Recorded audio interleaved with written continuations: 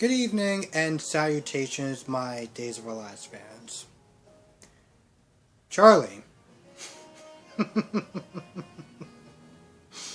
I don't know about this character so far. I just don't know which version I'm gonna get each day.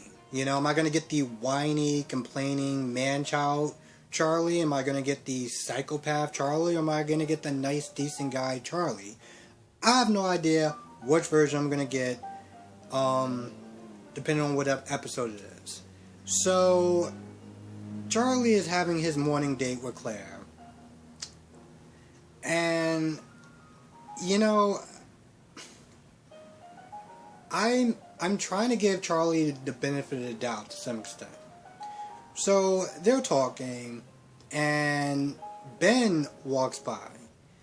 And, two things that Claire does, and I don't think that she realized that she kind of did those things, and that would probably make someone feel a certain way.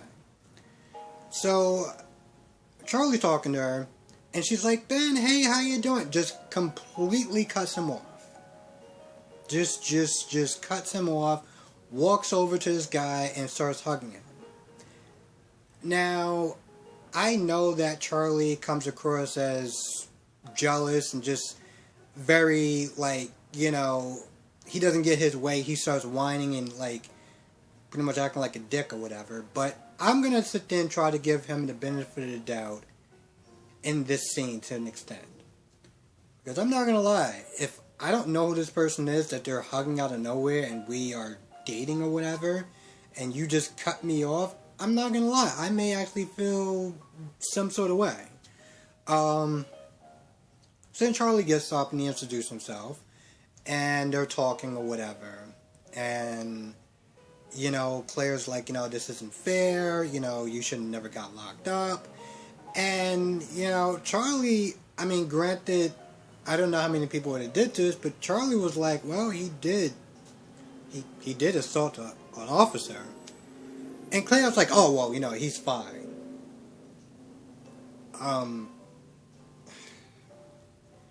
I hate to be siding with the potential psychopath, but he has a point. He did actually assault someone, and you just brushed that off like it was nothing. And by the way, when Ben was like, when they were talking or whatever before they sat down, Ben was like, you know, listen, I don't want to sit there and interrupt, you know, what y'all doing or whatever. And Claire was like, oh, no, it's fine, you know, Charlie doesn't mind. Yeah, we could just all sit down and talk. And, you know, Charlie was like, yeah, sure. Now, I'm trying to look at this both ways, and I'm trying to get the benefit of the doubt to Charlie, like, y'all doing something, y'all having a good time, and, you know, you just invite this guy to our little thing, and, like, really? I can kind of understand where he's coming from to an extent. And granted, that, I'm not going to really talk about the stuff that happened before, because we already been there and we already know. But then after that, Charlie was like, yeah, you know, listen, I gotta get to Titans or whatever. I gotta get to work. I'll call you later or whatever. And he didn't actually act like a dick like he did before. So to some extent, I'm gonna give him credit for that because, you know, whether Claire know it or not, she was being kind of dismissive to Charlie. So, yeah, apparently Justin was able to work his magic and not actually have Ben go to jail for assaulting an officer and, you know, kidnapping a convict. I don't know how he actually managed to do all that, but okay, sure. Now, with that being said, let's talk about Jennifer and Jack. And this relates to Justin and Bonnie because why not at this point? So, you know, Jennifer is, you know, pretty much kind of giving Jack the cold shoulder when he comes over because remember, they still work together. I don't know how that's actually going to work out. I'm not going to lie. But they still work together.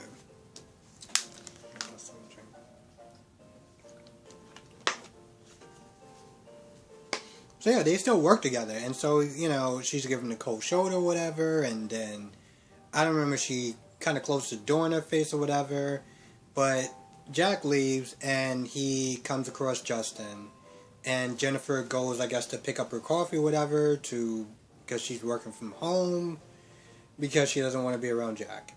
So she's at, I guess, Julie's place maybe, and she sees Bonnie, and Bonnie is, well, being Bonnie. So, yeah, Bonnie is, I guess at the bar or whatever, and she's doing her whole pouting thing, like she wants to sit there and tell Jennifer, and she's doing a whole sighing thing, so Jennifer's like, what's going on? And that's when Bonnie tells Jennifer that, Justin pretty much stood her up. She said that they were supposed to sit there and, like, go out and get a drink or whatever, and she... he never called or anything like that, and so he just kind of stood her up. And I'm not going to lie, here's the thing about Bonnie. I don't know the particular circumstances behind this whole date. I don't know if, like, they were actually planning on doing something that day, and he just never called her. But, no, actually, never mind. So anyway, she's upset or whatever, and I'm not going to lie. As annoying as Bonnie is... and she can be pretty annoying. If he sits there and says that, we can go out for a drink sometime or whatever, and he doesn't do it, that's a dick move, Like, if you're not interested, just say so, you're not... I'm not going to get into it. But the point is, like, don't do that. That's just wrong, Don't sit there and play... with some of his emotions. Even someone like Bonnie, who I really find irritating. So, they're sitting there talking. And eventually, Bonnie gets the idea of making both of them jealous. Because, I don't know, we're 12-year-old schoolgirls or something. This is apparently what we're going to do. So... while Justin's there talking to Jack, and Jack talks about the whole affair thing and everything like that, or the whole one-night stand thing, after Justin gives Jack some advice or whatever as far as to fight for his marriage, because why not at this point? I don't know. I'm not going to lie. It will come to a certain point where I would just kind of realize, like, yo, listen, maybe I just need to just let her cool down and just give her a space, and if she wants to sit there and be with me, she'll be with me. As opposed to sit there and constantly hounding someone, but whatever. So Justin gives Jack some advice or whatever, and they decide to... I don't know how, but I could have swore that Jack said that he was going to go to Julie's place. And somehow they both end up at Julie's house, and somehow they both end up at Julie's place. 1 second. Yeah, it was kind of weird. He was like, yeah, she's probably at the house right now. I guess I'll go over there. And then you see them both at Julie's, like, bar for some odd reason. So, anyway, they both see them, and as they walk over and they're about to sit down, Bonnie's like, no, you can't sit here, whatever. They don't say why. But then you see two guys walk over there, and they're just sitting down, and they're drinking, and they're laughing. And, while Justin is a little surprised, Jack, I don't even know how to describe the look on Jack's face. Jack looked like either he saw a murder that just happened, or, like he's, like, really angry, and has this angry look. I couldn't tell, but it was a look that I've never seen before. And I thought that was pretty interesting. And that pretty much ends off that. Now, with the whole... Okay, so Xander goes to see Kristen. He tries to pump her for information. And, of course, he gets exactly nowhere. Which, by the way, before Xander goes to see Kristen's on the phone, and Kristen's like, Ava, yada, yada, yada, yada, yada. And I'm like, why are you using her real name? Does she not understand that, they monitor these calls, they monitor all prison calls, in and outgoing? And not once did she use her name, but she used it twice. Once before she talked to Xander, and after she talked to Xander. Hey, Ava, you need to come back to the prison. What the I don't understand that. You can't be this. I mean, apparently the real world laws just don't work, or they're just too cheap to actually do that, because yeah, that made exactly no sense. But Xander pretty much kind of wasted his trip on trying to pump Kristen for information, which he got none. But Sarah, on the other hand, got Philip to open up, you know, and ask him about, you know, who you're going out with, are you seeing anyone, are you lonely, you know, just kept driving that in. And finally, you know, Xander's like, you know, I need to get into the Christmas spirit. So somewhere along the lines, he's like, you know, let's have Titan do like a Christmas thing, a Christmas party, and the proceeds to go towards the hospital. So, you know, listen, she was into it, because at the very least, even if she doesn't get anything from it, you know, the hospital benefits from it. So, you know, it's kind of a win-win. But this is her way of getting close to Xander. I mean, getting close to Philip to kind of figure out what's going on. And of course, you know, Sarah's asking Xander, you know, does Kristen know that I'm involved? So I don't really, here's the thing, I feel like at some point, Sarah's going to slip up. She's going to slip up, and, you know, Philip's going to figure it out, and whatever the storyline is going to go, it's going to take a hell of a lot longer to complete. That's how I feel about that.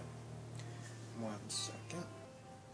Oh, and Ben and Claire clean out the apartment. Well, clean out a lot of Ciara stuff. And then they cried, and that's about it. You know, honestly, to tell you the truth, I'm not gonna lie. It's hard for me to be emotionally invested into that scene for a couple of reasons. Because, one, there's nobody. Okay? One, there's just nobody. So, it's like, having them both be sad and upset and crying, it's like, you know what? There's two reasons, actually, now that I think about it. One, because the actress that plays Ciara didn't want to play Ciara anymore, or didn't want to renew her contract, so it's hard for me to sit there and feel any sort of sympathy towards the character once I know the backstory of the reason why said character isn't there. Sort of like the whole Nathan thing, when he left, I didn't really care when people just started crying about him. I was like, the dude chose to left, and now I gotta sit there and deal with these annoying scenes. Screw you. So, and that's one. And number two, there's no body, so, yeah, I don't really feel anything. And that's pretty much was the project that, because Ben, you know, Claire was like, you know, if there's any way I can help you, and Ben was like, you can, and so, yeah. So, at least they're gonna actually give Ben something to do, which is great. Honestly, to tell you the truth, I'm sitting there wondering, do, like, the writers of Days actually watch my, reviews? Because I kept sitting there saying, you know what, y'all need to do something with Ben. And if you're not gonna do something with Ben, have him take a break, get him off the show, I don't really care, but do something with this character. And he was gone for a while.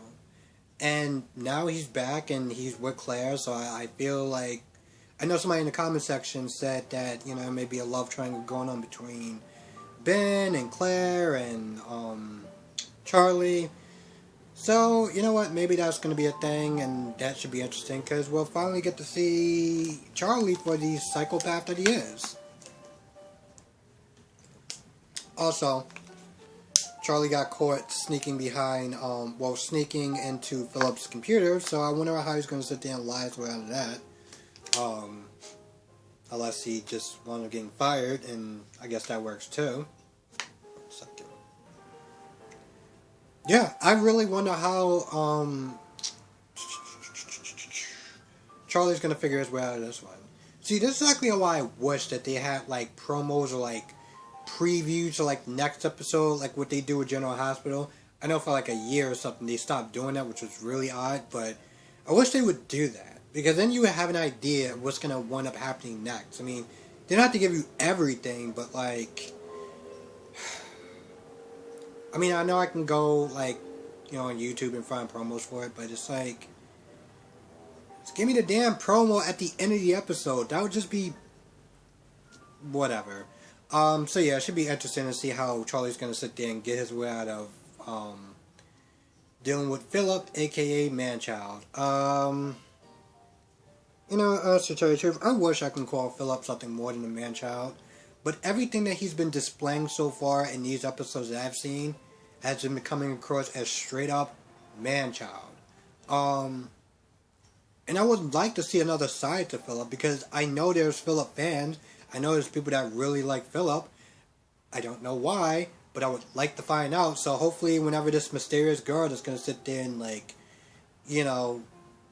be with Philip, or at least show a different side to Philip, I would like to see that. Just saying. There's a reason why some people actually like him on the show, other than the fact that he's, like, I guess an antagonist for Xander. I know there's Philip fans, I just want to find out why. And with that being said, that's actually going to do it. Thank you so much for watching. Be safe. Let me know what you thought of this episode. And also, one other question. So I know for General Hospital, besides myself, there's Brock TV that does reviews on General Hospital. I know he used to do reviews on Days, but he stopped doing it.